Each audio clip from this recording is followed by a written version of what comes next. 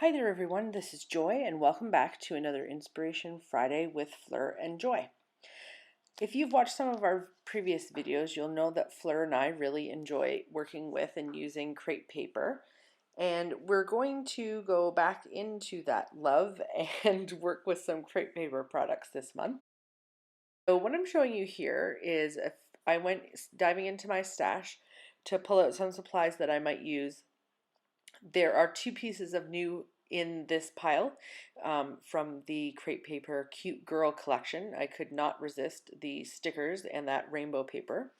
I was really surprised at how well the Maggie Holmes confetti and the bloom collection go along with this. These are a few photos that I thought I would use here of my nieces, and I end up going with these two photos here of my youngest niece, and these were taken back in 2011. So I'm going to see what I can get going here, and this is the layout I'm going to be creating today. So this background paper actually is not from Crepe Paper, it's from Bella Boulevard. I love the background, it's a bunch of hashtags. The only thing I found is that it was really in your face, and so what I wanted to do is push some of that text into the background a little bit more by using some gesso and my brayer. All I did is rolled on a thin coating and just to give it a resting area around the layout where my photos are going to be. Now that being said, I am going to be adding some detail here to the background. It's going to be subtle and you're not going to see very much of it by the end once the layout is fully put together, but that's what I want to happen. I want it to kind of peek out around the edges of the photos and the embellishments that I'm going to be using.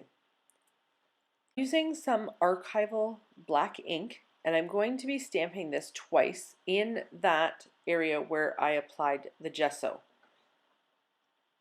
This is I love this background stamp because it's very versatile from the Carabelle Studios. You can use this on cards, on layouts, on mixed media projects. It's just really, really versatile. So I've stamped the kind of checking out where I want them to be, but they're going to be higher and lower in that area, as I said, and I'm just putting the contact sheet back on to get a little bit of a better impression, something for me to press on. That's the end result, and as you can see, it's going to be poking out just a little bit. Before I started, I challenged myself to use some frames. I love frames, but I have a hard time using them. So I pulled out two frames that went along with the colors in this layout. I backed them with some pattern paper from the pile of papers that I showed at the beginning. And they're going to sit behind the photos here. And I'm going to end up cutting the blue frame a little piece off the bottom to bring down to the bottom left of the photos as well, just to carry that blue color through the layout. Now that I have my basic layout design down, I'm going to start pulling out some of those stickers from the Crepe Paper Cute Girl collection. I love those word stickers and the cute little icons like that unicorn. I wish there was more of those on that sticker sheet.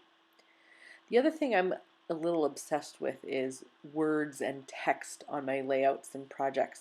So I try to limit myself, but I struggled a little bit about trying to find the right ones and wanting to pull out more than I have. So one thing that I've noticed while doing these videos with Fleur for Inspiration Friday is that I do have a very particular style, and it is on the simple side, but I love embellishments, but I don't seem to use them very much on my layouts or projects. So I think I just like having the option of them. And eventually I think I will get them used, maybe on more cards and things and maybe on layouts, but I like knowing that they're there. I think I have most of my embellishment clusters figured out now. I tucked in some of the flowers from the crepe paper sticker sheet and found spots for those text strips that I like. And this is where I'm going to pull out that blue frame, and since a lot of it is being covered by the photos, I'm going to cut a bit off of the bottom to bring down to the lower left of the photos. So now that I've got that situated down there, I think I'm going to pop up this whole cluster here that I've kind of placed together as I go. I'm using some fun foam that I bought at my local big box craft store, and it's just a cheaper way to pop up things and have the support that it doesn't end up sagging later. So I'm just going to piece together this little hodgepodge and glue this down. I decided that the title for this layout is going to be Hipster in Training because, you know, she's wearing those glasses, and I cut the title out of a die set from Neat and Tangled called Journaling Alpha. On a side note, my niece is actually wearing a gold sequin baseball cap in these photos, not that you can tell. So that means I got to break out some gold embellishments, and I'm going to use some of these puffy stickers from the Craft Market Crepe Paper collection to do that. I thought I was just about done to glue everything down, and then you know what? I need more black. Yep, I need to add some more black to this layout. So I pulled out some India ink, and I'm going to use the dropper later on to add some larger splotches of ink, but I'm going to mix a little bit of water and flick some of that ink on. Now, I have a paintbrush that is exclusively for this India ink because it stains and clings onto the bristles of the brush, and I cannot get it clean, so I'm just reusing the same brush over and over again so I don't, you know, ruin all of my paintbrushes with India ink. Alright my friends, that is it for this layout for Inspiration Friday this month. Here's that die set I was talking about from Neat and Tangled called Journaling Alpha.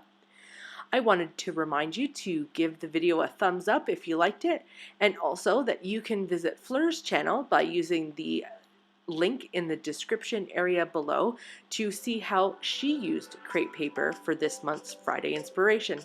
Thank you so much for watching, and I'll see you next time.